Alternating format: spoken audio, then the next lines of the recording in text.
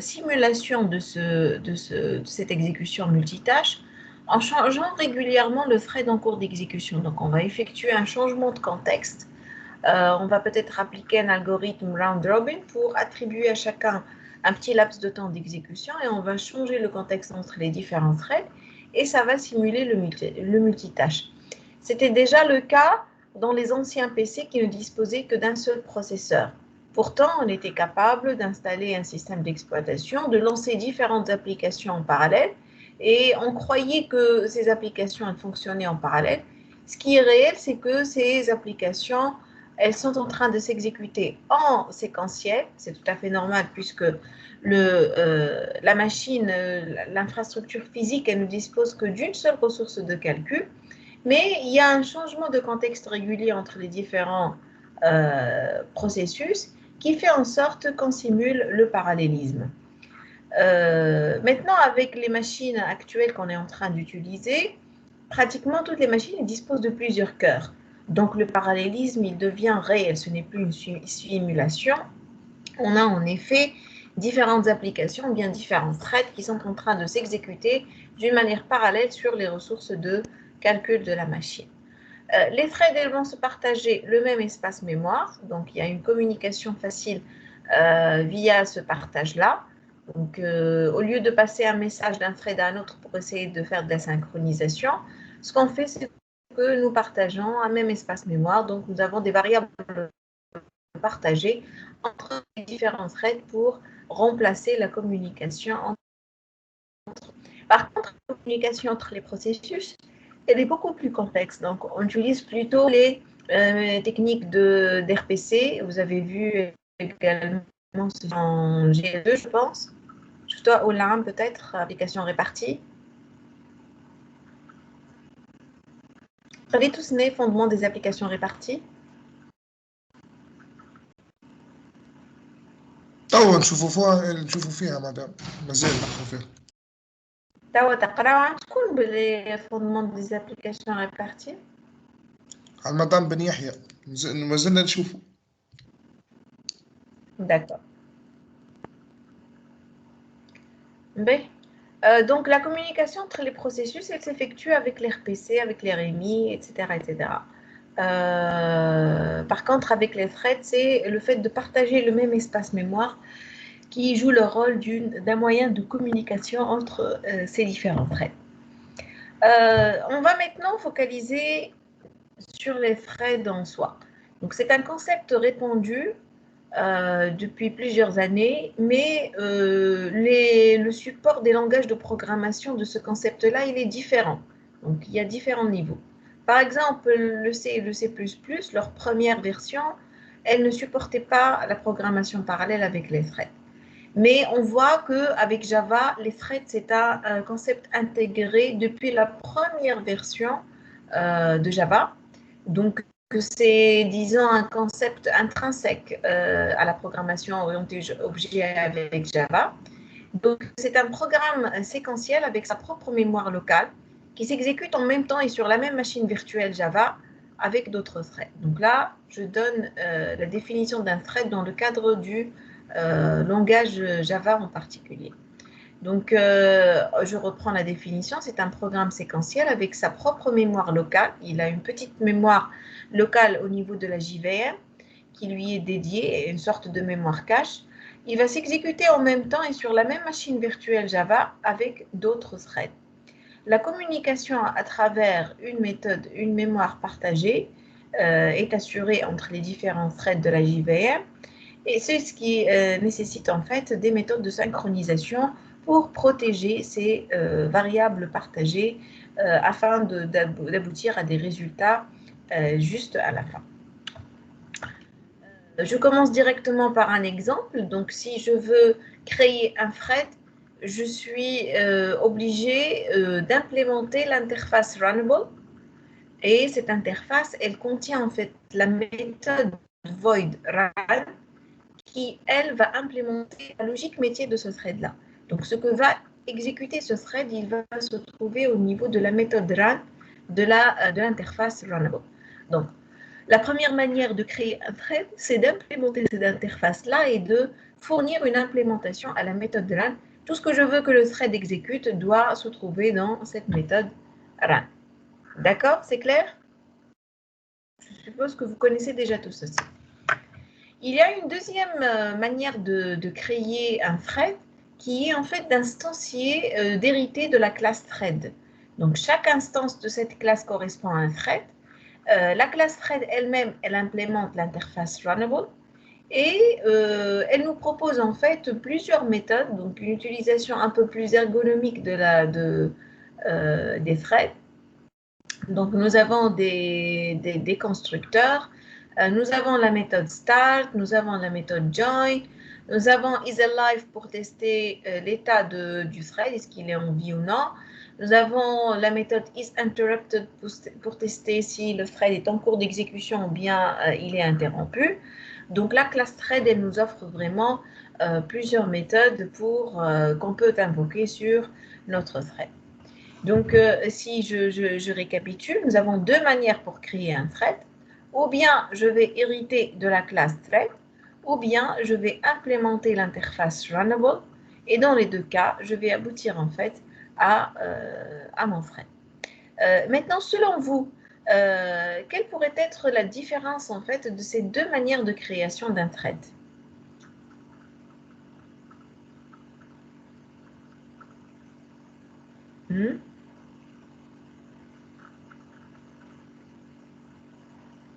واحدة ما نجموش نريتيو من كلاس أخرى منها. Voilà. Donc, le fait d'hériter de la classe thread, comme si j'avais une seule cartouche d'héritage que j'ai déjà exploitée. Donc, je ne pourrais plus éventuellement hériter d'une autre classe. Donc, si je veux être un thread et je veux hériter une logique métier d'une autre classe, la meilleure manière de faire ceci, c'est d'implémenter plutôt l'interface runnable pour pouvoir donc avoir la possibilité d'hériter la logique métier d'une autre classe. D'accord? Donc, ça, c'est pratiquement la plus grande différence à cerner, à retenir lorsque je suis en train de créer un thread en utilisant l'héritage. Donc, il faut savoir qu'une fois j'hérite la classe thread, je n'ai plus la possibilité d'hériter d'une autre classe. Maintenant, qu'est-ce qui se passe réellement quand je crée un thread et que je le lance? Il y a la création d'une nouvelle pile pour le stockage des variables locales. On a dit tout à l'heure que tout thread il dispose de son environnement de stockage local, sa propre cache au niveau de la JVM. Si vous me rappelez, la JVM, elle est composée de deux zones mémoire, on avait dit. Quelles sont ces deux zones mémoire?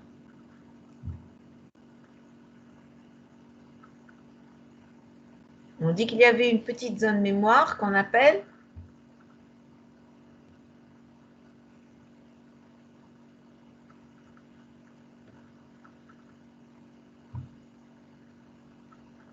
alors, les autres chapitres, ils sont passés où?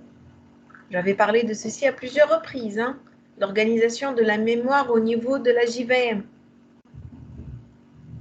Peut-être que vaut mieux que je vous montre un schéma une fois pour toutes pour que vous reteniez.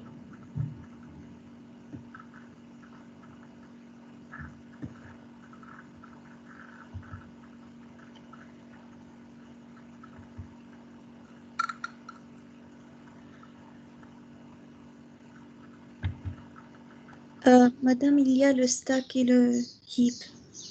Ben, parfait.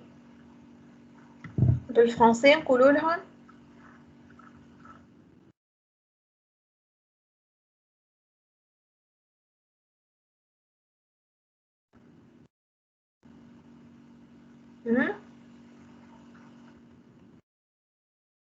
pile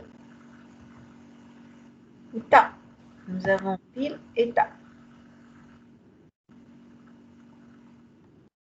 Allez, je vous partage une fois pour toutes ce petit schéma pour que vous compreniez la structure de la mémoire au niveau de la JVM. Regardez ici.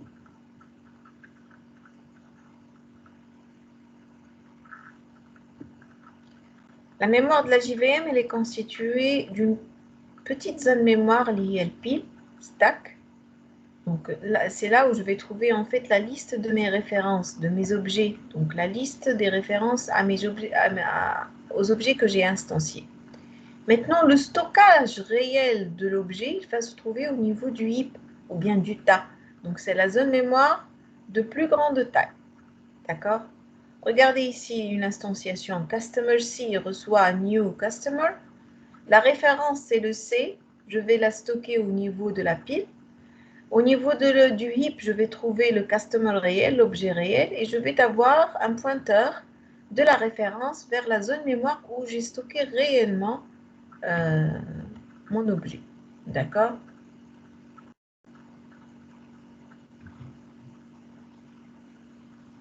Donc là, c'est un autre schéma. C'est bon? C'est retenu une fois pour toutes?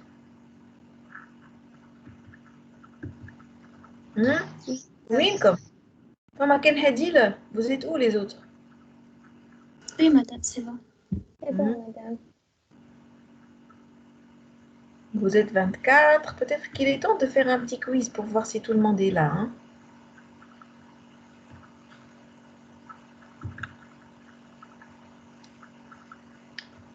Ben, je continue le cours.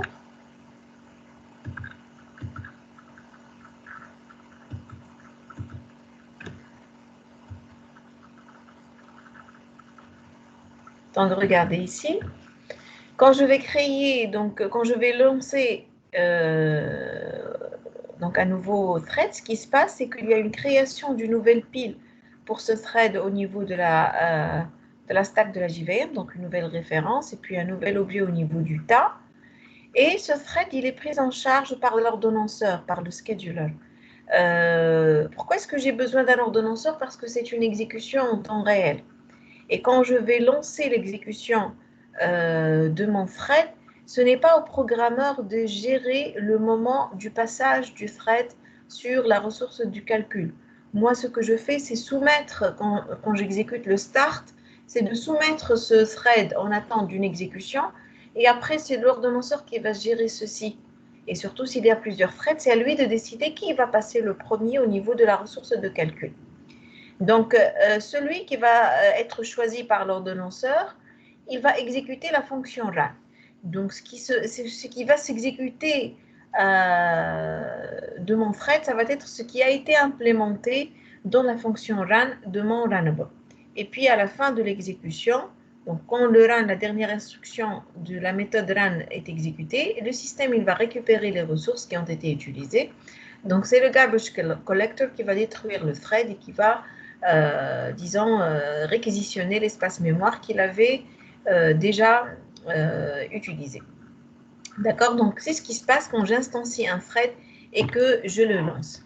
Maintenant, je détaille un peu les états d'un thread. Donc, quand je le lance, ça ne veut pas dire qu'il est forcément en cours d'exécution. Quand je lance un thread, il passe en fait d'un état initial à un état actif. L'instanciation d'un thread bien déterminé, elle le met dans un état initial. C'est l'état entre sa création et le lancement de l'exécution de son run et l'invocation du start, en d'autres termes. Si j'invoque le start, je le fais passer à un état actif. Donc, un état actif ne veut pas dire qu'il est forcément en exécution. Comme j'ai dit tout à l'heure, un état actif, c'est la soumission de ce thread-là dans la ligne d'attente des différents threads et il va être prêt à l'exécution. Après, l'ordonnanceur, c'est à lui de décider, selon plusieurs contraintes, selon l'algorithme, selon la charge du système, selon les priorités, donc plusieurs contraintes, à lui de décider si le thread va passer en cours d'exécution ou bien non. Donc, il va passer en CPU pour être exécuté. Il peut y avoir plusieurs événements qui peuvent le faire changer d'état, donc le faire sortir de l'état actif et le passer à l'état bloqué. Donc, si par exemple un thread doit passer en section critique et qu'il n'en a pas le droit, donc il est bloqué. S'il a besoin d'un verrou et qu'il n'est pas relâché par un autre thread, il est bloqué. S'il a besoin de faire une entrée-sortie, par exemple, il doit lire à partir du clavier ou écrire dans un fichier, également, il n'est plus en exécution. Donc, toute étape toute opération d'entrée-sortie va mettre, va faire passer, disons, le thread en état interrupt.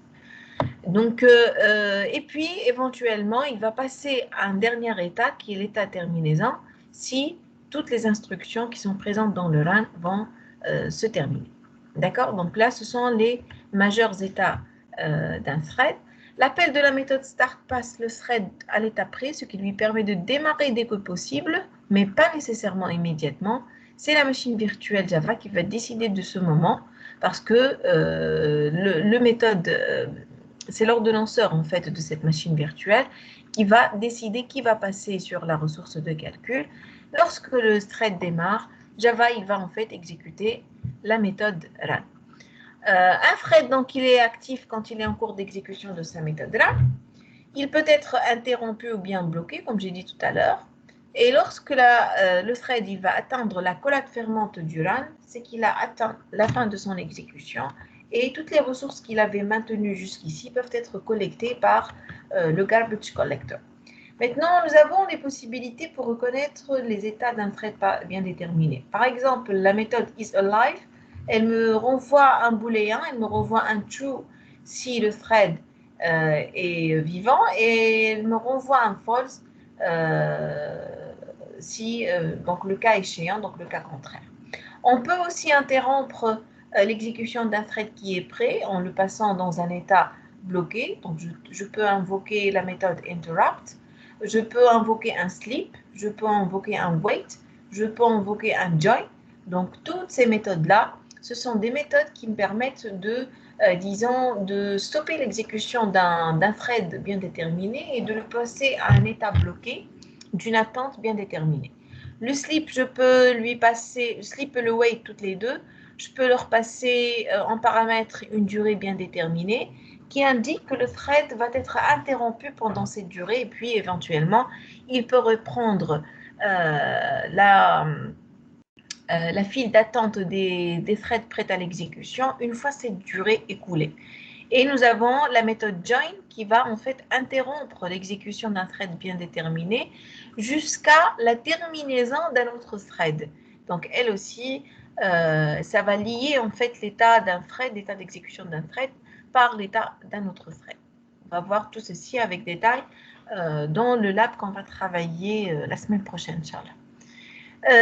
Maintenant, comment partager les données entre les différents threads? مدام أي بدي فما سليب وجوين وويت علاش انتربت تعمل بالضبط معناها حتى هي تعمل interruption mais sans disons sans durée bien déterminée. تعمل interrupt ومن بعد لازمك تعمل invocation d'une autre méthode باش تعاود تفيقو. معناتها l'API de Java elle est très riche. عندك plusieurs disons plusieurs alternatives. Enfin, une autre différence, le fait que je pense que interrupt ne lance aucune exception.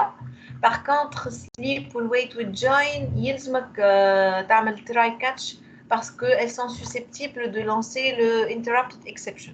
Je pense, hein. D'accord? Après, les différences avec détail entre ces différentes méthodes, il faut consulter l'API pour voir les différences parce que des fois, les différences, elles sont vraiment très, très fines. C'est des nuances.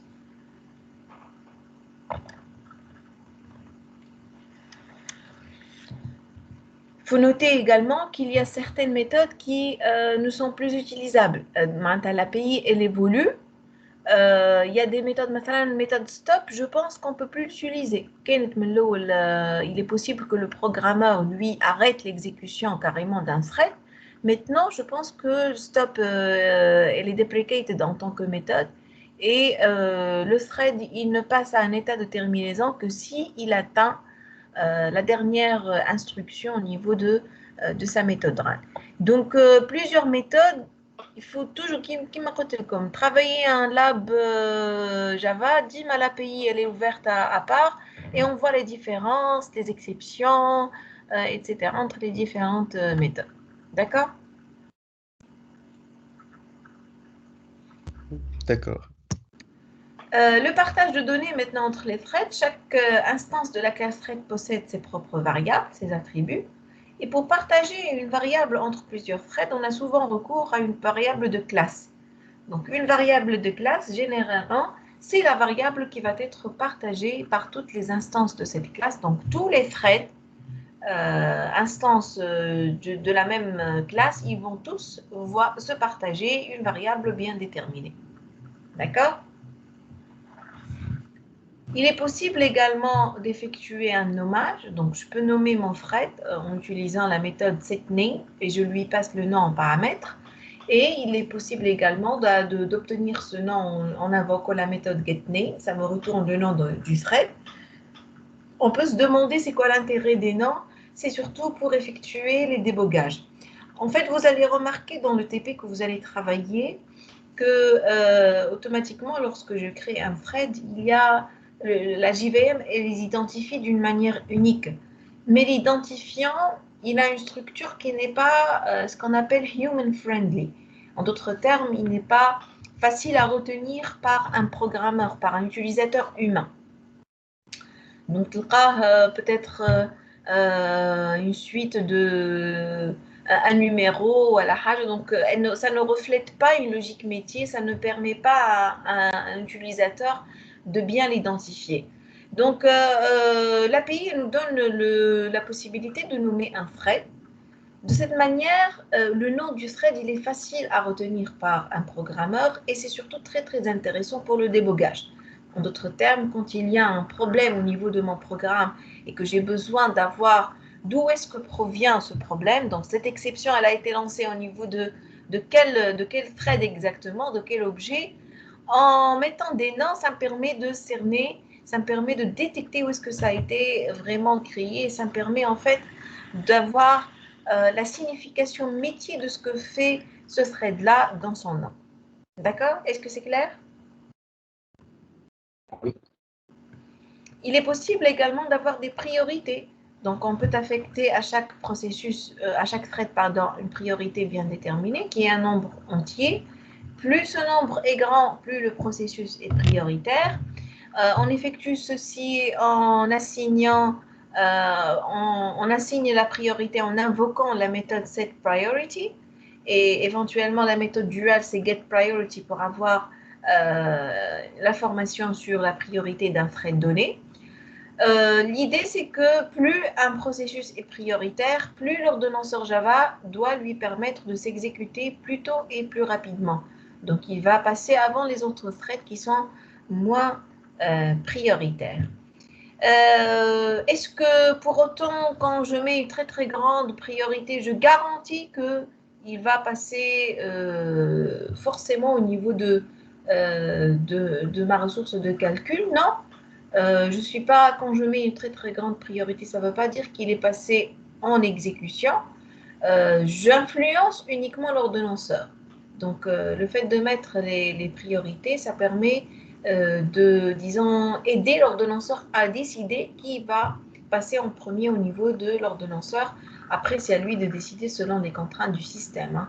Il se peut qu'il y ait un autre thread plus prioritaire en cours d'exécution, il se peut qu'il y ait une interruption ou autre. Donc, la priorité, c'est juste une manière d'influencer l'ordonnanceur sur le thread qui va passer en exécution. Il y a également la possibilité de grouper les threads dans des groupes. Donc, ça permet surtout dans des entreprises d'avoir des groupes par application, des threads par application, des threads groupés par utilisateur, des threads groupés par priorité, donc différentes logiques derrière le groupement qui sont possibles. Et on peut effectuer en fait ce groupement par différentes manières. Donc, je peux passer le nom du groupe dans le constructeur. Donc, si vous consultez l'API, vous allez trouver que il y a différentes versions du constructeur qui supportent le passage du groupe en question dans ce constructeur-là.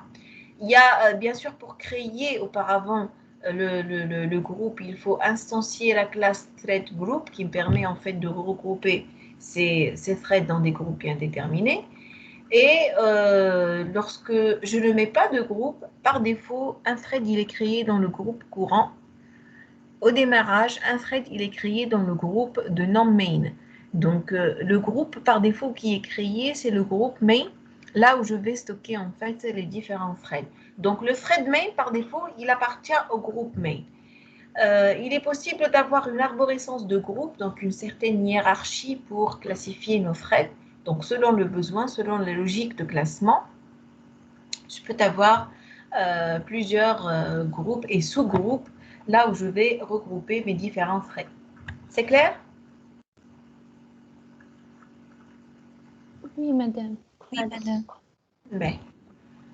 L'ordonnancement en Java, il est très très important. Comme on a dit tout à l'heure, moi quand j'invoque le point start, la méthode start, ça ne veut pas dire qu'il est passé en exécution. Ça veut dire qu'il est mis dans une file d'attente prêt à l'exécution. Et après, c'est l'ordonnanceur qui, lui, décide de qui va passer sur la ressource de calcul.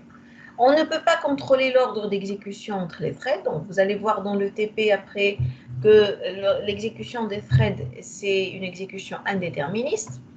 Cet ordre change d'une exécution à une autre et d'un système d'exploitation à un autre. Donc, ça dépend de la charge du système, ça dépend de l'ordonnanceur, ça dépend de la version de la JVM. Donc, tout ceci peut intervenir. C'est ce qui rend en fait la programmation parallèle un peu délicate. C'est que c'est cette exécution non déterministe. Bien, si je crée un programme sur ma machine et que j'aboutis à un fonctionnement bien déterminé, je ne suis pas sûre que ça va aboutir au même résultat sur une autre machine. Donc, vraiment, la version de la JVM, de l'ordonnanceur, tout ceci va faire en sorte que le résultat diffère d'une exécution à une autre.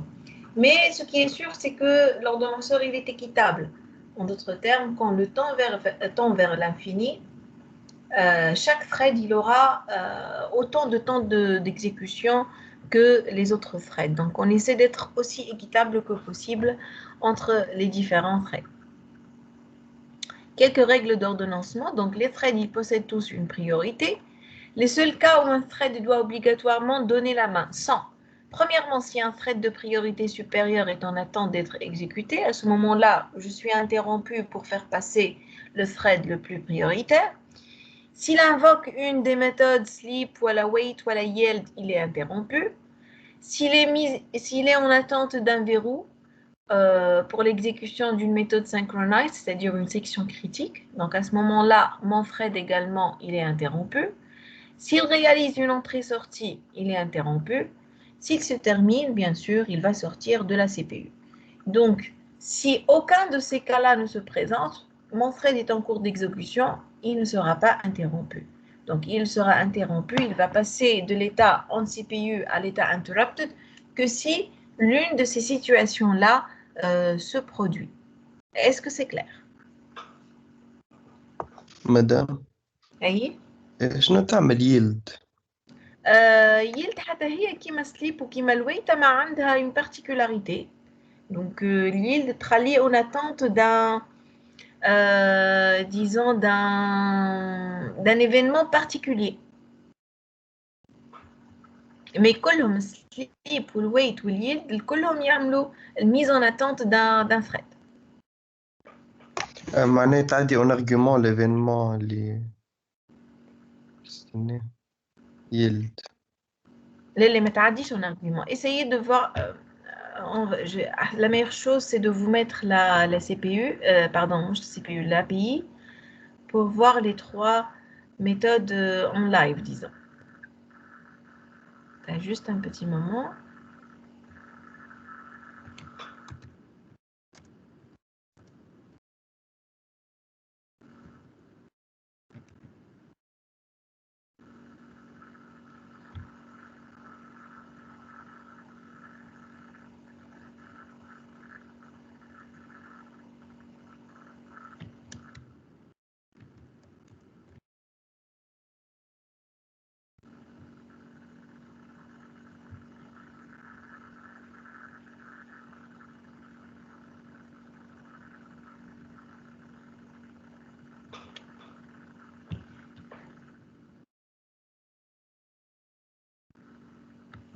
Ouais. Je vais vous montrer donc la classe thread. Comme ça, vous voyez tout ce qu'on était en train de citer.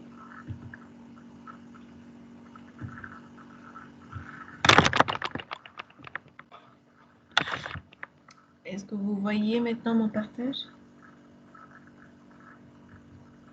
Ben. C'est bon, c'est clair, vous voyez? Oui. Oui, mais Ben. Donc déjà, هذه c'est la classe thread, la classe qui nous permet, disons, d'instancier, d'hériter, qu'on doit hériter pour instancier un thread. Voyez bien qu'elle est en object, déjà, elle est par défaut comme toute classe, et elle implémente le runnable. Donc finalement, derrière les threads, l'interface de base, c'est quoi? C'est runnable, d'accord? On va descendre un peu en bas pour voir les différentes méthodes.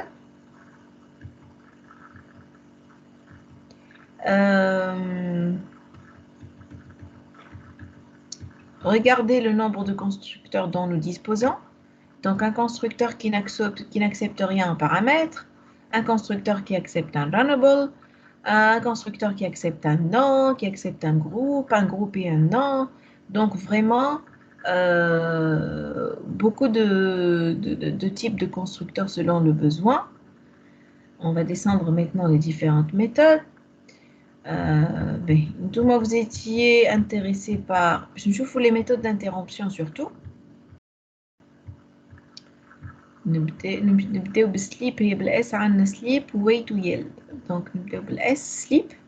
Regardez, nous avons deux en fait disons versions de sleep. Une on lui passe les millisecondes et l'autre on lui passe millisecondes et nanosecondes également. Toutes les deux on vous dit causes the currently executing thread to sleep for the specific number of milliseconds. Donc cette méthode-là, c'est une méthode statique déjà, qui oblige en fait le thread à entrer dans une, d'interrompre son exécution pendant une durée bien déterminée. Si on entre dans cette méthode, vous voyez ici qu'est-ce qu'elle peut lancer. Donc elle peut lancer interrupted exception. Donc si je vais l'appeler, je suis obligé de la mettre où? Dans un try catch. Dans un try catch, c'est bon. Comme tout à l'heure que le stop il n'est plus utilisable. Regardez ici dans l'API, qu'est-ce qu'on vous dit? Anne, stop ou suspend, ce sont en fait deux méthodes qui sont deprecated. Ça veut dire quoi? On ne peut plus les utiliser, on ne peut plus les, disons, les invoquer. Donc, que ce soit le stop, voilà, suspend, voilà, resume, ce sont trois méthodes qui ont été, disons, retirées de l'API. Donc, on ne peut plus les utiliser. On vous met ici un lien pour voir pourquoi. Je vous laisse le soin de lire ceci. D'accord?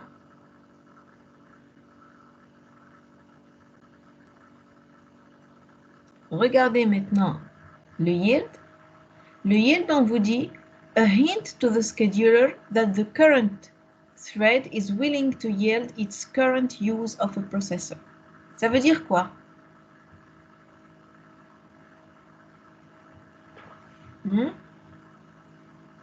C'est comme si je vais en fait influencer mon scheduler. En d'autres termes, je vais donner une, disons, un signe pour le scheduler pour lui dire que éventuellement, mon thread, il est possible qu'il va, disons, être retiré à partir de ma CPU.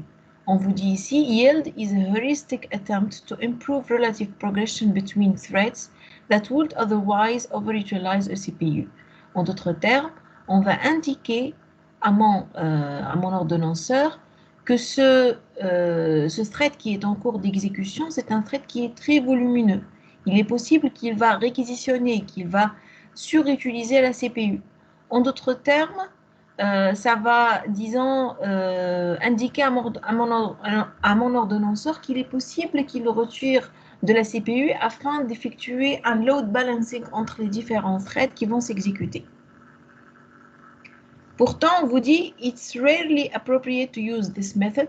It may be useful for debugging or testing purposes where it may help to reproduce bugs due to race condition. En d'autres termes, cette méthode On aimerait bien ne pas trop l'utiliser. C'est une méthode qui est surtout utilisée lorsqu'on effectue un débogage ou bien le test parce que ça me permet, disons, de reproduire des problèmes qui sont le résultat d'un maintien de la CPU. D'accord? Est-ce que c'est clair? بعدها تجي le sleep. Donc vous voyez bien le sleep avec que je connais tout à l'heure avec les millisecondes ou la nanoseconde en paramètres. C'est bon? معناتها مش ضرورة كي يحط yield يتعدى معناتها يولي في sleep tool معناتها ينجم يكمل يخدم. مش احنا اللي نحكمه, c'est l'ordonnanceur qui va décider selon la charge. D'accord, madame, d'accord. D'accord. Donc, selon la charge des différentes ressources de calcul ou nombre de threads qui est en cours d'exécution, l'ordonnanceur, il va décider.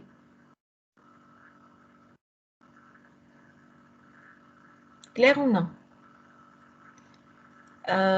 Si vous voulez, je vous envoie le lien par rapport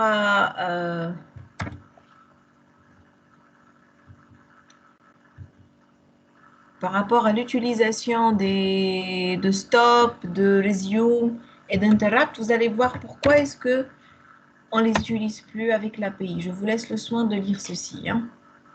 OK? Je continue maintenant le cours. مدام Mhm. تو حسب ال API هي الويت معناتها في الكلاس اوبجكت مش في الثريد معناتها ما عندهمش نفس الفيلد اتونت معناتها معناتها لو كان دخلوا في قلتي wait في الكلاس اوبجكت ترى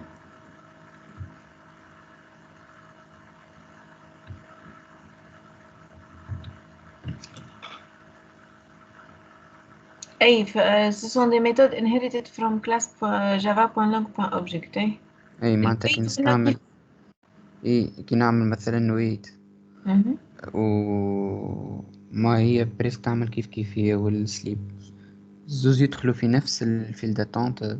هي مش exactement كيف en fait la différence c'est que le wait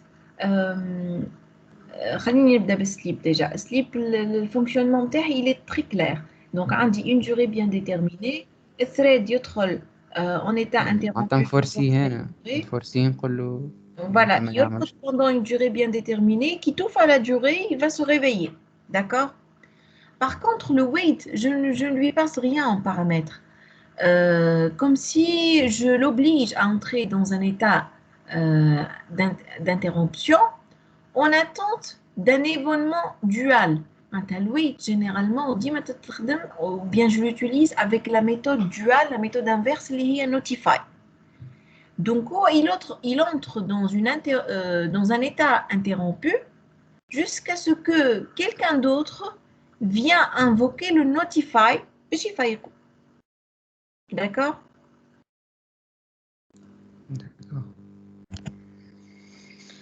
D'accord. Donc, le sleep, كلهم يدخلوا dans une même file d'attente, كلهم يدخلوا في état interrompu, mais juste la manière de se réveiller, c'est ce qui diffère entre sleep ou le wait. Sleep, c'est l'écoulement de la durée qui va causer le réveillement. Le wait, c'est en fait le notify, l'invocation d'un notify de quelqu'un d'autre qui va causer le réveil de mon thread. Clair? Déjà, fait TP, on va travailler un exercice en utilisant wait ou notify. On va voir comment en fait utiliser ces méthodes-là. C'est bon? Oui. Ben, je reprends le partage du cours.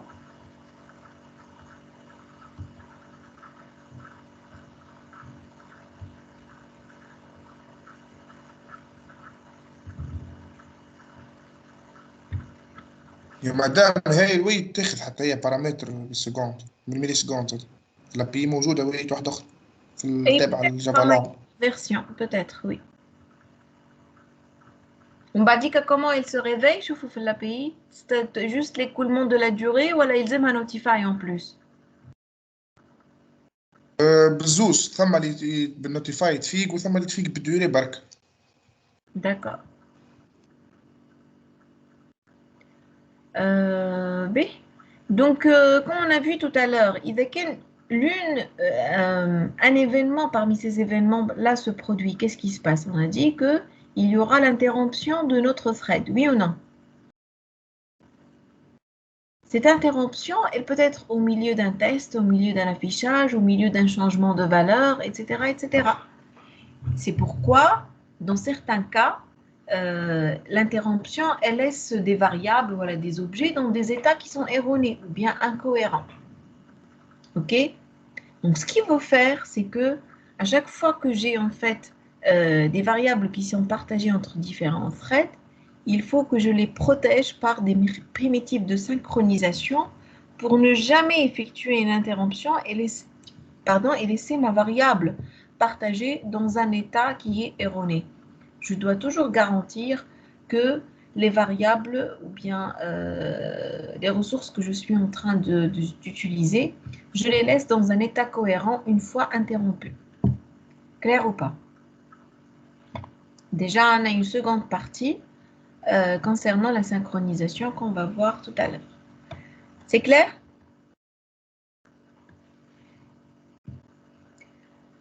Je reviens maintenant à l'ordonnancement.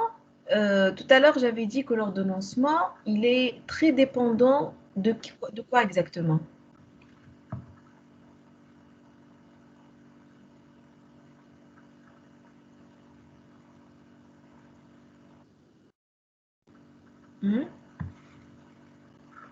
Priorité. Oui, donc la priorité peut intervenir dans l'ordonnancement, mais on a également une partie qu'on ne gère pas. Il y a la version de la JVM et la dépendance du système d'exploitation même, c'est-à-dire comment le système d'exploitation gère, disons, les différents threads. En fait, disons qu'au niveau, quand je lance un programme bien déterminé, j'ai un processus Java qui va être créé, oui ou non?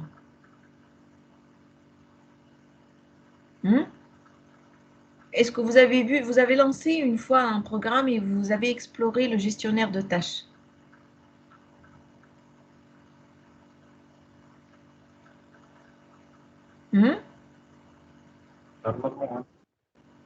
Donc, comme un processus Java qui est créé. Tous les threads qui sont lancés au sein de ce programme, ils sont des threads fils de ce processus Java. D'accord?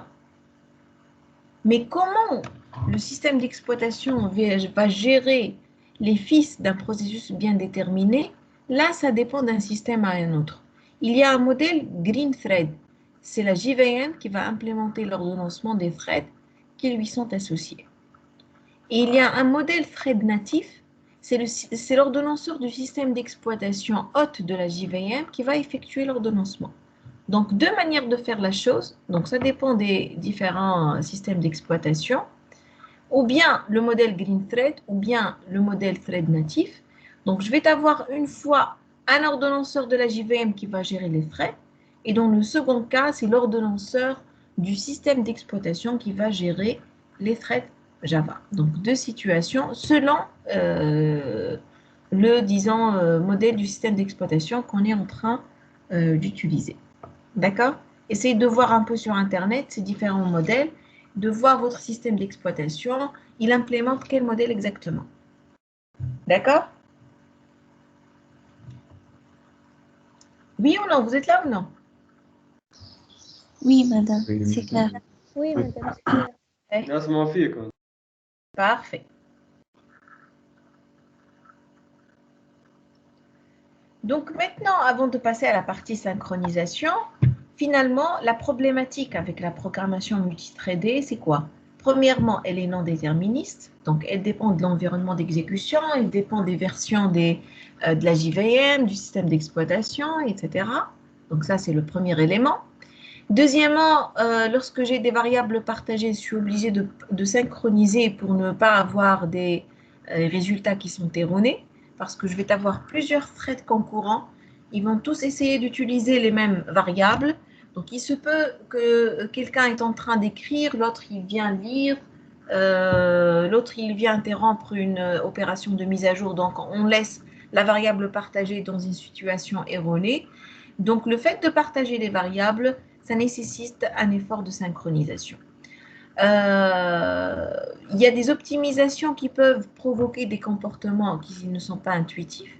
Par exemple, la JVM, des fois, fait en sorte que les variables partagées sont mises en cache au niveau des threads, de telle manière que ma variable d'origine, elle est en train d'être changée par d'autres threads, mais les techniques d'optimisation de la JVM sont en train de me fournir une version de la mémoire locale, ce qui fait que je n'ai pas une vue réelle de la valeur d'origine de ma variable partagée. Donc, ce genre d'optimisation, le programmeur, il doit le connaître et il doit anticiper ceci.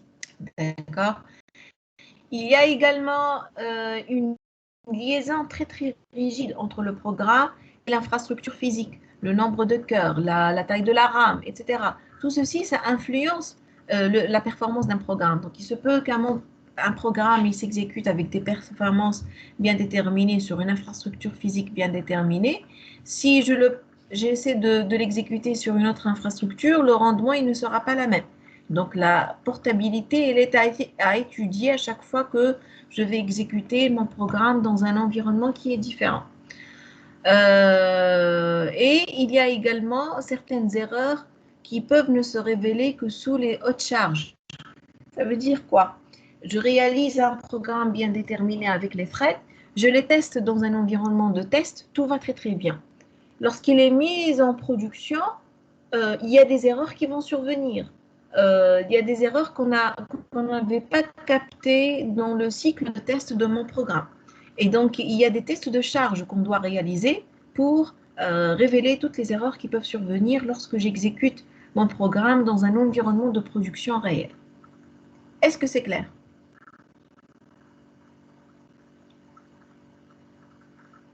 Oui, madame. D'accord. Maintenant, je vous propose une petite vidéo pour essayer, disons, de résumer tout ceci.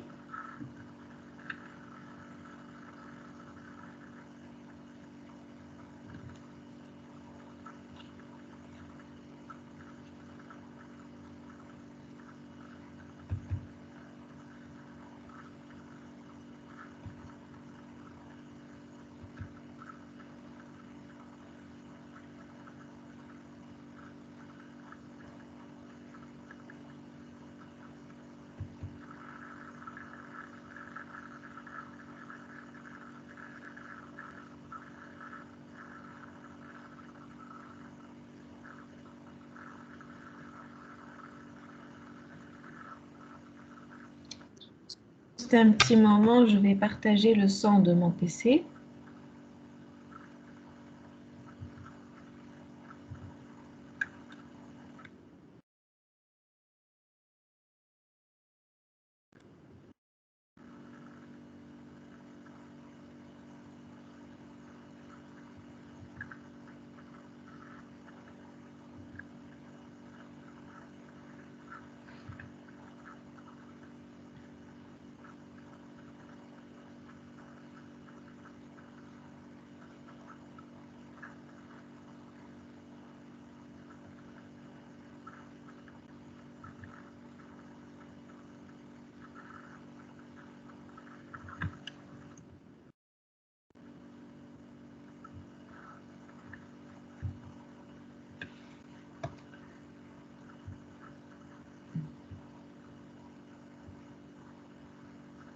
Essayez d'être attentif, s'il vous plaît.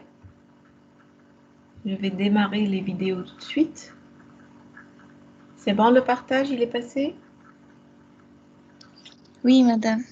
A Java application. Okay. Vous êtes confortable avec l'anglais, j'espère, hein? Oui, madame. Parfait. Ben, je vais lancer tout de suite. Soyez attentifs, s'il vous plaît. When you run a Java application, it executes within its own instance of the Java Virtual Machine, or JVM. and the operating system treats that instance of the JVM as its own independent process. So if you run multiple Java applications at the same time, they'll each execute in a separate JVM process with their own independent memory space. Now, before I demonstrate a Java process with several threads in action, let's first take a look at the number of processors that are available on this computer, which I'll be using for the demonstrations throughout this course. To do that, I'll press Control-Shift-Escape to open the Task Manager, and then I'll select the Performance tab. At the bottom, I can see that this computer has 12 cores and 24 logical processors. It's quite a powerful computer. Those numbers mean this computer has 12 separate, complete physical processing cores, and each of those cores support something called hyperthreading, which enables them to each run 2 independent applications at the same time, so to the computer, those 12 physical cores are treated as 24 logical processors. Now, the hyperthreading in those 12 cores does not mean I'll get double the performance out of them. Hyperthreading takes advantage of unused parts of the processor, so not using it, then the other thread may be able to use it. So, under some load and performance improvements, but it's highly application dependent. If you're using a Mac computer, you can check out these same properties in the activity monitor. The blue moving graph shows the total percentage of CPU utilization for all of those processors. I don't have much running right now, so the usage stays low, down near 0. If I want to see the CPU usage for each of those processors individually, I can get more by clicking the Open Resource Monitor link, and then selecting the CPU tab. The charts on the right show the total CPU usage on top, and if I scroll down, I can see how much each of those 24 logical processors on this computer are being utilized. The table on the left lists all of the current processes on this computer with information including each process's unique process ID number, its PID, its current status, the number of threads, and its average CPU usage. Now, to show you a few Java threads running in a process, I've created this short example program, which you can find in the exercise files, chapter 2, 0202, end process thread demo directory. This program defines a simple class on line 6 called CPU waster, which can be used to create a new thread that spins in a while loop forever. It doesn't do any useful work, but the thread will stay alive forever and continuously use CPU cycles. For now, don't worry about the specific code for creating threads. We'll look at that in a later video. For this demonstration, we're just looking at how the threads behave. Down in the program's main method, on lines 16 through 20, it prints out information about the program, including its process ID number, the number of threads in the process, and the total memory being used by that process. After printing the initial information, it creates and starts 6 CPU waster threads with the for loop on line 24. I chose to start 6 of them because that's half as many physical processors as I have in the system, and I'll show you the effects of that in a moment. And finally, after starting those threads, the program prints out the process information again. Now I'll build the project in IntelliJ by going to Build Project, and normally I would run this in IntelliJ. However, IntelliJ creates an additional thread when running the program, so for just this demo, I'm going to close IntelliJ, and then navigate to the directory where it created the output class file. Exercise files, chapter 2, 0202, end, thread process demo, out, production, thread process demo. I can see my 2 class files there. I'm going to open a command prompt within this directory by typing cmd into the navigation bar. And then I'll run the program by typing Java thread process demo. I can see that when this program is run, it's given a process ID of 5072. Initially, it only has one thread, the main thread, and it's using about 4,000 kilobytes of memory. Then, after I start 6 new CPU waster threads, I still have the same process ID, but now my thread count is 7, and I'm using an additional 1,000 kilobytes of memory. If I switch over to the task manager, I can see that the overall CPU usage is now sitting around 25%. That's because the 6 threads I created are running continuously and using CPU resources on 6 out of the 24 logical processors in this computer. I'll switch over to the resource monitor, and I can see that the workload is being distributed across several of those processors. Now, if I look over at the Processes tab, I see a process called java.exe, which has the same process ID number as my program displayed earlier, 5072. However, under the thread column, it says that it has 24 threads, which is more than the 7 I saw earlier. That's because the Java virtual machine creates additional threads in the background to handle things like garbage collection and runtime compilation. From the program's perspective, running within the JVM, it only had 7 threads, but to the operating system that's running the JVM, it sees those additional background threads for a total of 24. This program will continue running forever if I don't stop it, so I'll manually terminate it by closing the command prompt window that was running the program. At the CPU, I can see that when I closed the program, those CPU waster threads were terminated too, so the CPU usage dropped down to around 0. In Java, threads can be in one of 6 possible states. The threads that have not yet been started, the runnable state for threads that are executing in the Java virtual machine, which in Java means a thread is blocked waiting for a monitor lock, which we'll cover later, and the terminated state for after a thread has exited. The 2 additional states that Java adds are basically more specific variations of being blocked while waiting on other threads. In the waiting state, a thread is waiting indefinitely for another thread or a particular action, and in the timed waiting state, the thread will wait for another thread to perform an action for up to a specific waiting time. To demonstrate the life cycle of a Java thread from creation to termination, I've created this example program, which recreates the interactions between Olivia and me in the previous video, where I spawned her as a second thread to help slice sausages to make soup. The thread class, which I do on line 5 for my own class called Chef Olivia. And then I override the thread's run method with my own code. The run method contains the code that will execute when this thread is started. So, within Chef Olivia's run method, starting on line 7, I print a message that her thread has started and she's waiting for the sausage to thaw. Then she sleeps for 3 seconds to represent waiting and cutting the sausage. And finally, I print a message that she's done cutting the sausage. After printing her last message on line 13, the Chef Olivia thread will terminate because it's done with its run method. Now, down in this program's main method, which represents me, Baron, in the kitchen, I print a message that Baron has started and requests Olivia's help on line 9 to thread on Olivia using the Chef Olivia constructor method. The next 2 lines of code print a message and then start Olivia's thread. Then the main Baron thread continues to cook soup on lines 25 and 26, which is represented by sleeping for half a second. Now, since Baron only sleeps for half a second after he starts Olivia's thread, but Olivia sleeps for 3 whole seconds, Baron will be done well before Olivia, but he needs to wait until she's finished to continue on. And this is where the join method comes into play. So Baron will wait until after Olivia has completed everything she needs to do before he can continue on. I call the join method on line 29. Notice that I'm calling the method on the Olivia thread from within the main thread.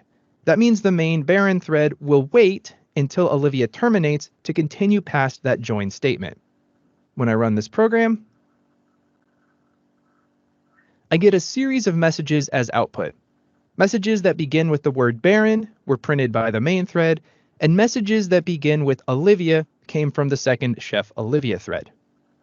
After Baron told Olivia to start, he continued independently cooking soup. Then, Olivia printed her starting message and began her 3-second sleep. Baron's thread finished its cooking work, so it waited for Olivia to join. And finally, Olivia finished, so the Baron thread could continue, print its last message, and terminate the program. We can actually watch Olivia's thread transition through the thread states as the sequence unfolds by adding print statements with the getState method. I'll add one immediately after creating the Chef Olivia thread. System.out.println Olivia state. And then I'll call the getState method on the Olivia thread. Now I'll copy this line and I'll paste it again immediately after we start Olivia's thread. I'll paste it again immediately after my thread finishes sleeping, the main thread. And then one last time after Olivia joins back up. Now when I run this program again, I get those state messages, which are indented to be easier to read, and I see that Olivia is instantiated in the new state. Then she becomes runnable after Baron tells her to start. When she's in the middle of her 3-second sleep, she's in the timed waiting state. And finally, after joining Baron in the main thread, Olivia is terminated. At that point, Baron will be done cooking and the program can finish. There are multiple ways to create and run a thread in Java. One way is to extend the thread class, which is what I've been doing so far in this course. When you subclass thread, you can override its run method to provide your own custom code for the thread to execute. Then you can create instances of your subclass and run them as threads. The other approach is to use the thread constructor method and pass a runnable object as its target. Runnable is the interface that a class will need to implement if it will be executed by a thread. In fact, the thread class itself implements the runnable interface. Defining a class that implements the runnable interface simply requires you to have a run method, similar to the run method that we override when extending the thread class. To demonstrate how similar it is to use the thread class versus the runnable interface, I'll modify this program, which is based on the previous example, to demonstrate the life cycle of a thread, in which the main Baron thread spawns a second Chef Olivia thread to help cut sausage for the soup. Right now, the Chef Olivia class is defined on line 5 by extending the thread class. To make her a runnable object instead, I'll simply change that line to say implements runnable.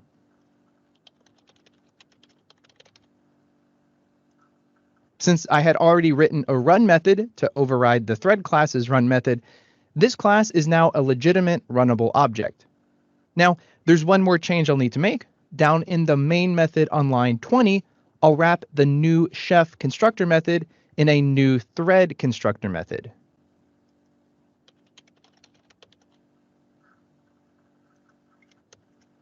I'm passing that new Chef Olivia object as the target for the thread constructor. I can run this program, and it executes in the same way as before, when Chef Olivia was a subclass of thread. So each of these approaches can do the same job, which raises the question, which one is better? And as always, it depends. So let's look at some of the differences between thread and runnable. Since Java does not allow for multiple inheritance, when you create a class that extends the thread class, you can't extend any other classes. However, since runnable is an interface, you can choose to implement multiple other interfaces and potentially extend another class as well. So using a runnable leaves you with more flexibility in that regard. Now, when you instantiate a class that extends thread, each instance will be its own unique separate object. But if you're using a runnable, you can instantiate the runnable object once and then create multiple threads from it. All of those threads will share the same object, which has the benefit of reducing memory usage compared to creating separate thread objects for each thread. Just keep in mind that since all of the threads share the same runnable object, any instance variables in the runnable will be used and affected by all of the threads.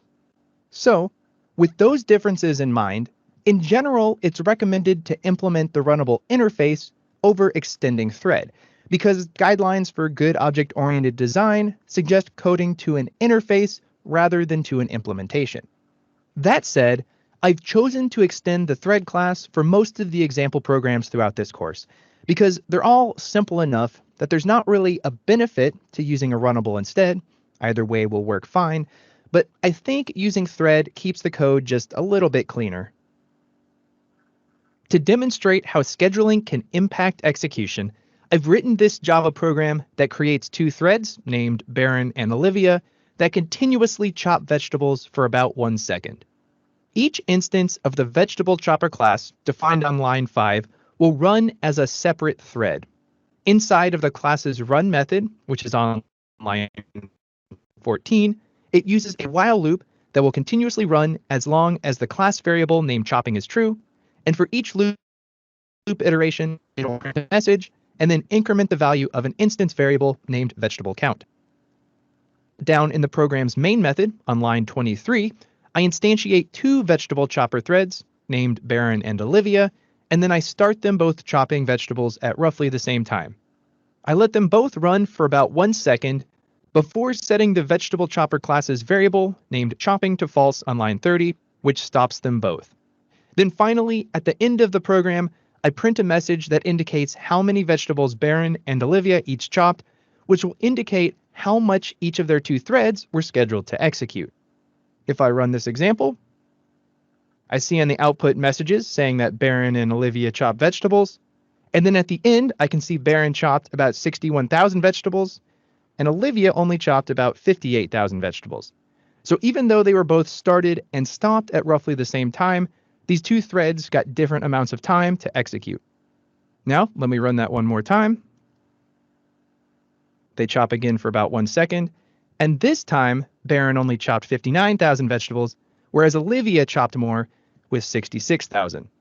You can see that each time we run this, we're getting a different result, so scheduling is not always consistent, so you shouldn't rely on it for threads to be executed an equal amount of time or in a particular order. Alors, ça va, c'est clair? J'espère que Oui, madame, c'est J'espère que ça a bien illustré ce qu'on vient de voir avec quelques programmes, quelques démos.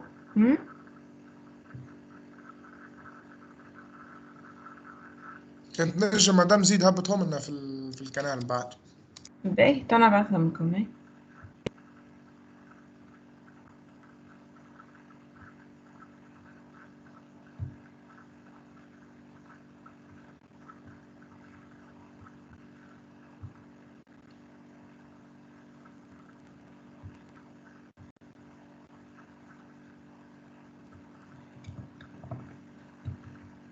On l'envoie tout de suite pour ne pas oublier.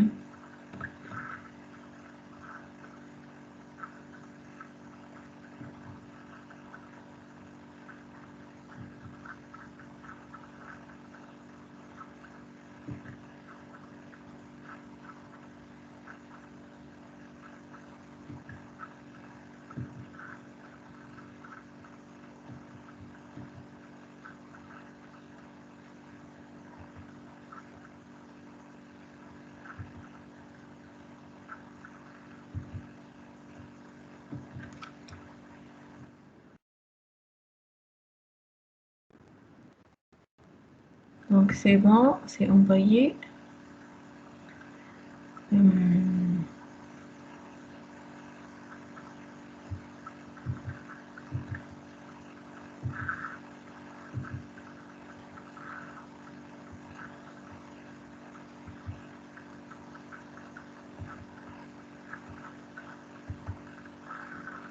مدام أي مدام بالله نحب نسأل في آخر الفيديو في الآخر هو عمل زوز جوينز جوين معناه لوين مدام خليني نرجع لها عاد خلينا نشوف في هذه في الأصل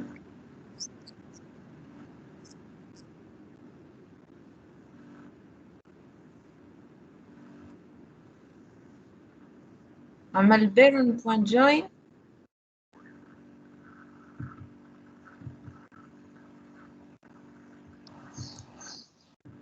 انتم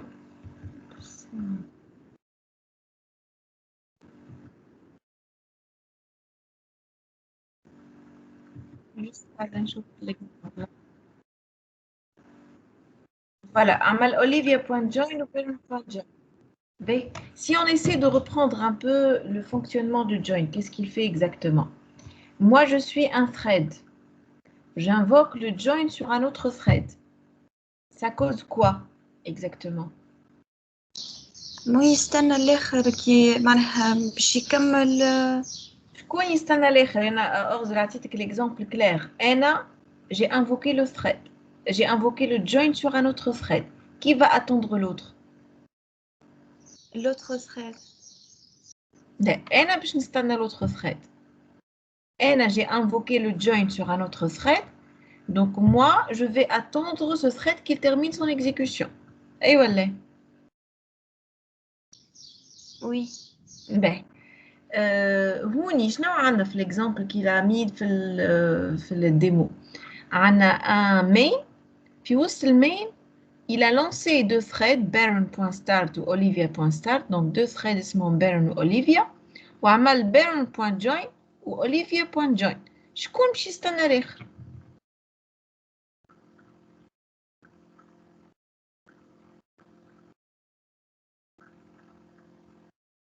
Déjà, qui a invoqué le join sur Baron et Olivia? Quel thread? Le main. Le main. Le main. Voilà. Donc, le main, il a invoqué le join sur Baron et sur Olivia. Donc, qui va attendre Baron et Olivia? Le main. Le main, parce que finalement, le main, c'est un quoi? C'est un thread lui-même, oui ou non? Oui, Le madame. main, voilà, le main, c'est le thread principal. Donc, lui, automatiquement, ce qu'il va faire, c'est que عندي baron.start olivia.start باش يلانسيهم. بعد les deux threads ils vont disons entrer en نعرفش انا اش باش يعملوا هما الزوز يستناو ترى قداش من moment ils vont découper les légumes et autres. Et puis le main قبل ما يوفى باش يستناهم il sera obligé. Si on ne met pas le join, qu'est-ce qui se passe? Si on n'oblige pas le main à les attendre. شنو هي؟ main باش يكمل ما غير ما يستنى الآخرين باش يكمل. Voilà, donc باش يقص عليهم. خاطر le main هو le thread principal, هو le processus principal. Donc le main يكمل اش عنده يلانسي les threads ويخليهم يلانسيهم ومن بعد يخلط للآخر يقف يولي يقص على les threads fils نتاعو الكل. Il va interrompre leur exécution. مش باش يخليهم يكملوا. Par contre, quand on fait le join, on oblige le main à les attendre avant de terminer l'exécution du programme principal. Déjà, vous allez travailler un exercice là-dessus, Philap, et vous allez mieux comprendre ceci. J'espère que c'est clair jusqu'ici quand même. Hein? واضح madame, merci. Ben, d'accord.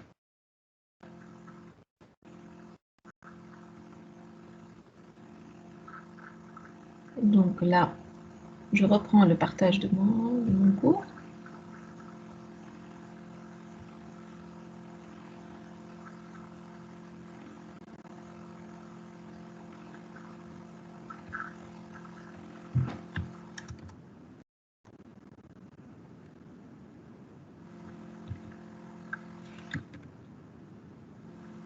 Donc là, on va parler un peu des techniques de synchronisation.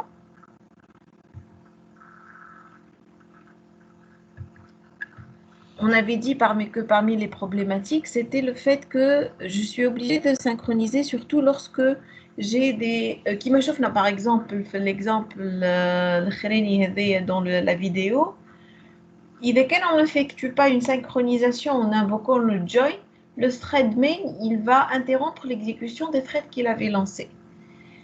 Si j'ai des variables partagées, si je n'effectue pas une certaine synchronisation, ça peut engendrer des résultats erronés. Donc, la synchronisation, c'est vraiment un volet qui est très, très important dans la programmation parallèle. Donc, pour synchroniser, il y a plusieurs outils qui sont disponibles au niveau de l'API. Donc, il y a disons, des techniques qui sont basiques. qui existent depuis la première version de Java. Il y a également des mécanismes de synchronisation qui sont assez évolués. Donc, les techniques de synchronisation, ce n'est pas une invention avec Java. Donc, ce sont des techniques qui sont déjà utilisées par les systèmes d'exploitation pour synchroniser les différents processus ou bien les différentes applications en cours d'exécution. Je sais que vous avez eu le cours système d'exploitation semestre 1. Et voilà. Oui, madame. Oui. Et vous avez sûrement vu les sections critiques, les verrous, les sémaphores, etc. Oui ou non? Oui. Donc, toutes ces techniques de synchronisation, elles sont déjà existantes et elles connaissent donc leur première version avec les systèmes d'exploitation. Avec les langages de programmation, on a essayé en fait de s'inspirer de ces mécanismes-là, de les implémenter dans les API des langages. Bien sûr, chaque langage, il va proposer sa propre version, il y a peut-être des améliorations, il y a peut-être quelques petites différences, mais le principe général, il est pratiquement le même. D'accord? Donc, la manière classique d'effectuer de la synchronisation avec Java, c'est premièrement en utilisant le terme clé synchronized. Deuxièmement, en invoquant quelques primitives, le wait, le join, notify, notify all, le sleep qu'on a vu tout à l'heure, le yield. Donc là, ce sont des primitives qui existent dès la première version de l'API de Java pour essayer de synchroniser. Donc, regardez ici l'évolution un peu de l'API. Donc, la première, disons, version de l'API de Java, elle proposait déjà la classe thread group, l'interface runnable, la classe des exceptions liées au thread, etc. Et puis, petit à petit, ça a commencé à évoluer. Donc, il y a le nouveau package java.util.concurrent à partir de Java 5. Il y a les phasers à partir de Java 6. Il y a le framework divisé pour régner à partir de Java 7. Donc, vraiment, ça continue à évoluer. Donc, nous, dans le cadre de ce chapitre, on va voir juste les techniques de synchronisation classiques. Les techniques de synchronisation évoluées, ça va être le sujet d'un module programmation parallèle en GL4. D'accord? Donc, on commence par le terme clé synchronized. Le terme clé synchronized, c'est comme si je vais définir une section critique. Donc, ça va contrôler les accès concurrents par rapport ou bien à une méthode en général, une méthode dans sa totalité, ou bien uniquement à un bloc de code au sein d'une méthode bien déterminée. Donc, je définis quand une méthode elle est synchronized ou bien un bloc de code il est précédé par le terme clé synchronized, ça fait en sorte que ce soit une section critique. Et de cette manière, un et un seul thread est autorisé à exécuter cette méthode synchronized ou bien ce bloc de code-là. D'accord? Donc, à un instant donné, je vais avoir un seul thread qui peut exécuter cette méthode ou bien ce bloc qui est protégé par une référence d'objet. Donc, finalement, la réalisation de cette section critique s'est fait à l'aide d'un sorte de verrou, en quelque sorte. Donc, par exemple, si le synchronized se trouve avant une méthode, donc c'est l'objet qui a invoqué cette méthode-là qui va jouer le rôle d'un verrou. La référence de cet objet-là, elle va être donnée à ce thread-là qui a invoqué cette méthode-là. Et quand un autre thread va essayer d'invoquer cette méthode, il va voir que la référence, elle est déjà prise par un autre thread. Donc, il est impossible qu'il exécute cette partie jusqu'à ce que l'autre thread libère la référence de cet objet-là. Comme ça, le deuxième thread peut prendre cette référence et exécuter cette section critique. Donc, c'est la manière avec laquelle le terme clé synchronized fonctionne. Maintenant, il y a un problème si une méthode statique est labellisée synchronized. Qu'est-ce qui se passe? La référence, en fait, qui va être utilisée comme verrou pour verrouiller l'accès à cette méthode statique, ça va être la classe, la référence à la classe. Et donc, si j'ai disons, un autre objet de cette classe-là qui va essayer d'exécuter une autre méthode et qui va exploiter le contenu ou bien qui va changer les attributs de cet objet-là, ça va être possible, ça ne va pas être bloqué parce que la référence qui a été utilisée pour synchroniser cet accès concurrent était la classe et que la référence vers l'objet, il est toujours libre. Donc, ça va permettre à un autre thread d'exécuter une autre méthode synchronized. Et ceci peut éventuellement causer un résultat peut-être qui est erroné. Donc, à chaque fois que nous travaillons avec le synchronized, il faut être très, très vigilant. Est-ce qu'il s'agit d'une méthode de classe ou bien une méthode classique? Si c'est une méthode de classe, il faut se mettre dans la tête que d'autres threads peuvent toujours invoquer des méthodes sur les objets, puisque ce qui a été réquisitionné, c'est la référence vers la classe, non pas les références vers les objets. Et donc, il faut toujours essayer de protéger les différentes variables protégées.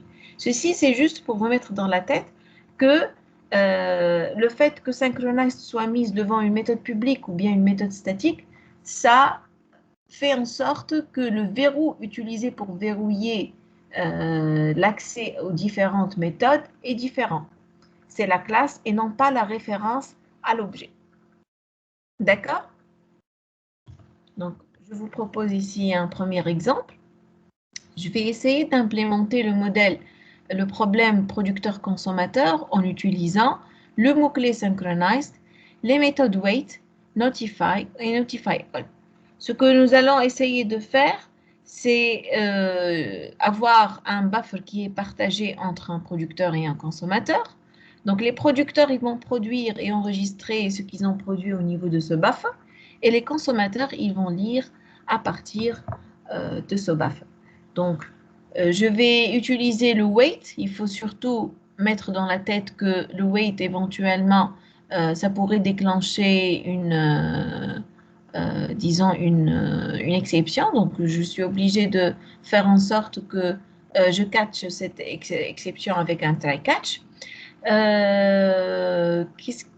Pour réveiller un thread bien déterminé qui a invoqué le wait, je dois attendre qu'un autre thread invoque le notify pour notifier le thread qui est endormi afin qu'il puisse sortir de son état d'interruption et qu'il continue son exécution. Donc, en fait, on va jouer sur le terme-clé synchronized, sur le wait, sur le notify. Les trois ensemble vont nous permettre d'implémenter le problème de producteur-consommateur. Regardez notre code.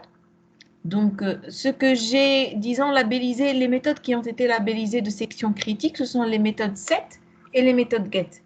Donc, la méthode qui va me permettre de stocker au niveau du buffer ou bien du lire au niveau du buffer. Pourquoi, selon vous, ce sont ces deux méthodes qui doivent être des sections critiques?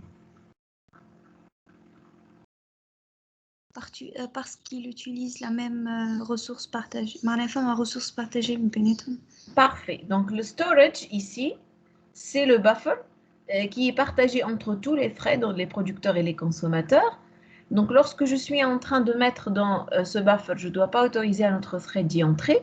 Lorsque je suis en train de lire, également, je ne dois pas autoriser à notre thread de l'exploiter. D'accord? Donc, je vais avoir le set et le get, toutes les deux qui sont des méthodes synchronized. Regardez maintenant le consumer. Le consumer, c'est un thread qui va essayer, en fait, d'utiliser ou bien de consommer à partir de ce buffer. Il dispose du buffer qui s'appelle storage ici. OK? Et puis, dans le run, ce que fait ce consumer, c'est qu'il a une boucle qui va aller de 0 jusqu'à 100, donc 99 itérations, pour essayer de lire à partir de ce storage. Donc, 100 fois, on va invoquer storage.get, storage.get, donc c'est une boucle qui va invoquer 100 fois disons la méthode get du consumer. La méthode get, pardon, du storage. En contrepartie, maintenant, je vais avoir le producer qui, lui, va essayer d'invoquer 100 fois la méthode set. Donc, 100 fois, on va essayer d'effectuer un stockage au niveau du storage qui est partagé avec le producer. Regardez maintenant dans le main. Donc, je vais instancier le buffer. Donc, event storage reçoit new event storage. Je vais instancier le producer et le consumer. Tous les deux, je dois leur passer le même storage pour faire en sorte que ça soit un quoi? Faire en sorte que ça soit une variable partagée entre les deux. Donc, le même buffer, il va être passé au producer et au consumer. Et puis, je vais commencer l'exécution de ces deux threads avec le start. Et tous les deux, ils vont commencer à effectuer un set ou bien un get. Eh bien, qu'est-ce qui se passe à ce niveau-là? C'est que le set et le get, ce sont toutes les deux des méthodes synchronisées, donc des méthodes synchronisées, des sections critiques. Si le premier est en train de faire un set, le deuxième, il ne peut pas faire un get. Donc, ils vont s'attendre tous les deux pour essayer de faire ces écritures et ces lectures à partir de la variable partagée qui est le buffer. Est-ce que c'est clair? مدام Mhm. مدام سامحني باش نرجع لك شوية تاني شوية قبل الإكزامبل هذا متاع البرودكتور كونسوماتور À quel niveau? متاع synchronized اللي تبدا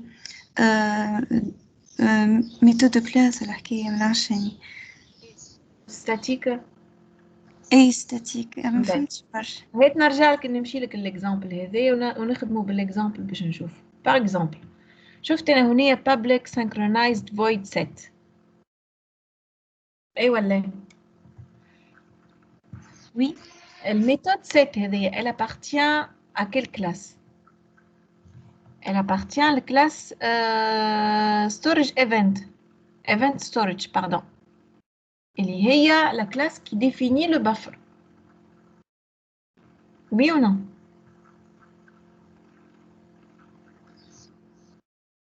إنهي مدام سامحني. les méthodes set ou get. منين باش نقرا وباش نكتب وين exactement؟ ما هو في البفر. أي Voilà. Donc set ou get implémenté في البفر. أي ولا. Toutes les deux, elles sont synchronisées. Ce sont des sections critiques. وهما elles sont public, ما همش statiques. Oui ou non? Oui. باهي. نمشي توا وين؟ مثلا هنا في البروديوسر في وسط الران il va appeler storage.set. أي ولا. أي وقت اللي باش يعيط لبوان set il doit vérifier le référence نتاع l'objet storage est-ce qu'elle est libre ولا لا. إذا كان libre ياخذها تقوش عليها فيرو تقوش عليها سيمافور ديزان ياخذها الريفérence vers storage ويدخل يكزيكوتي ce qu'il y a à l'intérieur de set. D'accord. وقت اللي يجي un autre thread مثلا un consommateur il essaie de faire le get يلقى la référence vers storage elle est déjà maintenue par le thread producer. Il entre en attente. Ça c'est clair ou non? Et dès que le principe de synchronized, comment il fonctionne? Oui, c'est clair. Oui. C'est clair. Sachant lié à ce niveau-là, les méthodes elles sont publiques. Imagine que le set rhodostatique. أي يعني تولي je vais invoquer le set à la classe maintenant je نعيط event storage.set. أي la référence qui va être maintenue شنو هي باش نشد انا référence vers quoi? vers un objet ou vers la classe? vers la classe. vers la classe. Donc le producer مثلا ياخذ le référence vers la classe. le get moi je l'ai laissé public. J'ai le consumer, il a instancié storage par exemple ou عمل storage.get. Est-ce que c'est possible qu'il entre ou non? شكون مدام consumer؟ consumer هو حب il invoque le get على l'objet storage. Il va vérifier la référence vers l'objet storage elle est maintenue ولا لا. يلقاها libre puisque l'autre خذا الريفérence على الكلاس مش على l'objet. فهمتها؟ لحظة مدام، قبل ما الكونسيومر معناها ينفوكي عندي le producer déjà il a invoqué le set أي اللي هي méthode statique, je suppose اللي هي méthode statique. Il a invoqué le set. Donc le référence اللي خداها الفيرو اللي شدو هو la référence vers la classe مش référence vers l'objet. معناه كي تجي كلاس أخرى. Voilà, qui يجي thread آخر ويحب ينvoque une autre méthode à l'objet, il peut l'invoquer.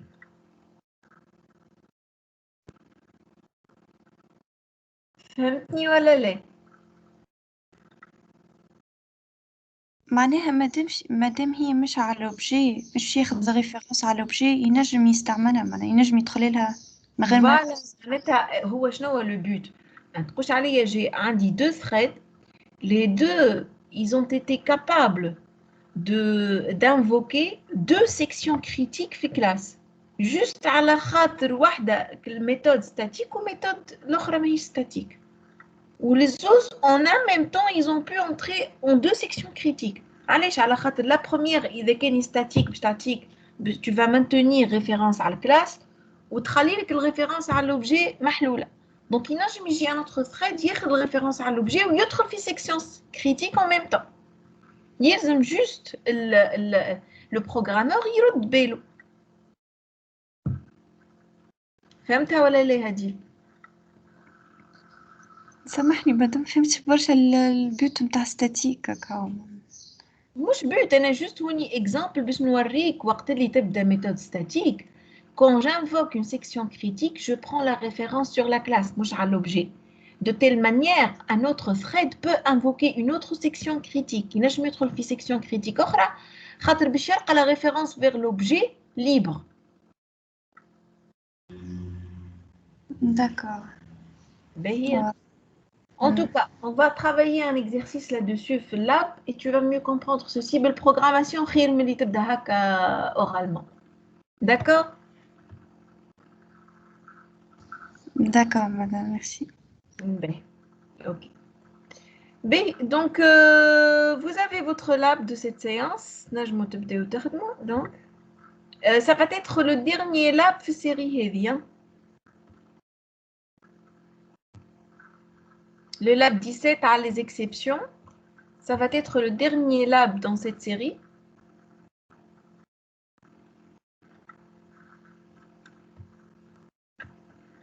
ثم سيري جديدة مدام. Et puis, on a d'autres séries d'ateliers, les threads ou le graphique.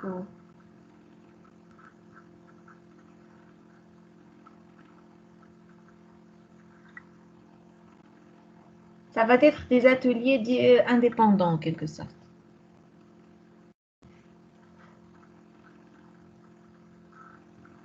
C'est bon, vous avez retrouvé le devoir? Oui, madame. Oui, madame.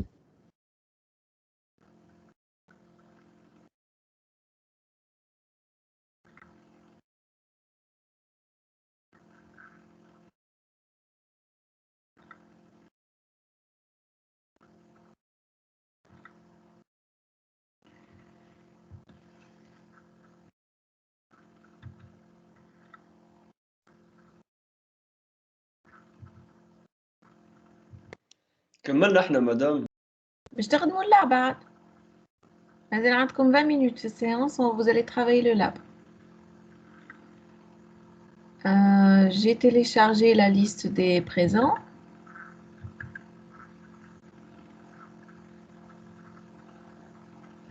Mais le cours, c'est bon quand même. Hein?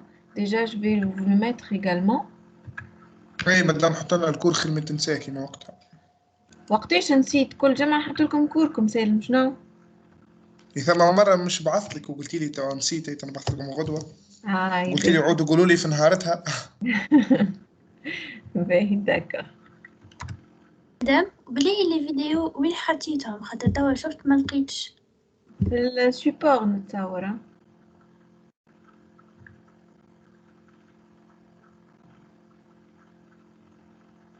Fichier support de cours peut-être.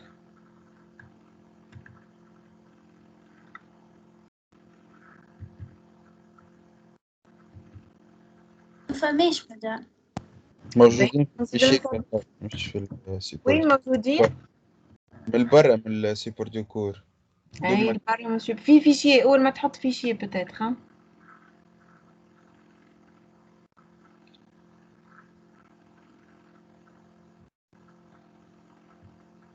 سي بون مدام peut-être من الكونيكسيون تاعي انا سي بون طلعتها.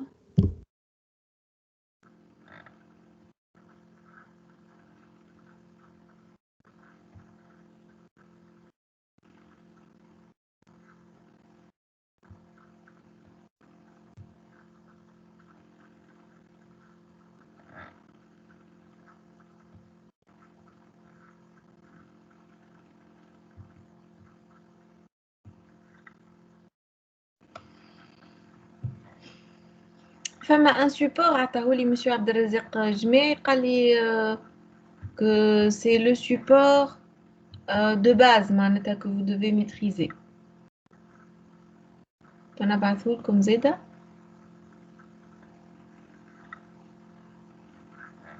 مادام يظهر لي الكور تاعو ياسر طويل هو يعطي فيه الجماعة.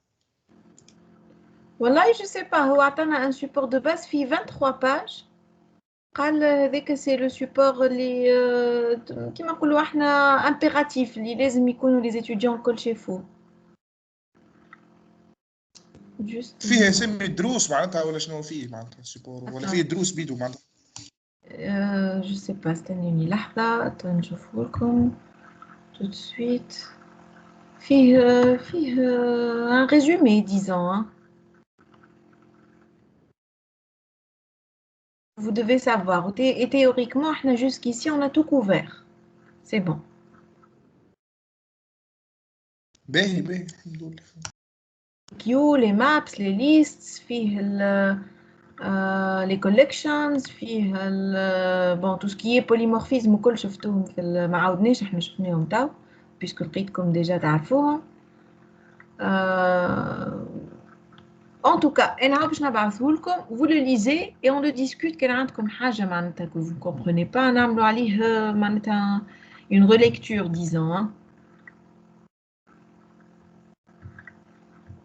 Mais elle, selon ce que je vois, on a tout couvert jusqu'ici.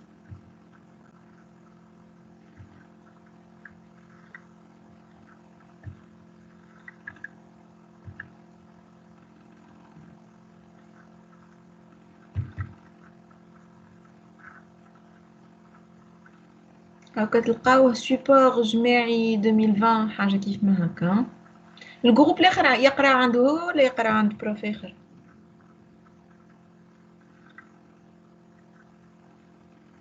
عنده مادام عنده. مي لا مدام سلوى شكون تقلي؟ قال فينا الابليكاسيون ريبارتي مش تي بي. بوتيتر قري في اتولي جافا عند ار تي 2 ولا حاجة.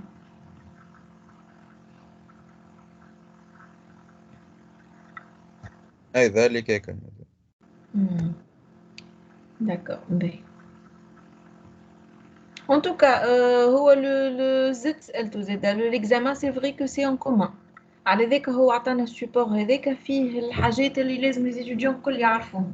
قال théoriquement l'examen des choses en relation à ceci.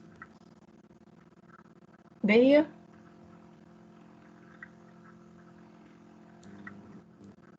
Donc, si vous avez des difficultés, le support, si vous avez des difficultés ou des questions, vous les préparez, vous me les envoyez, on en discute dans les séances qui nous restent. Déjà, nous avons pratiquement 4 ou 5 séances. Nous avons la séance du 4 mai, 4, 11, 18, 25. Mais on a 4 séances.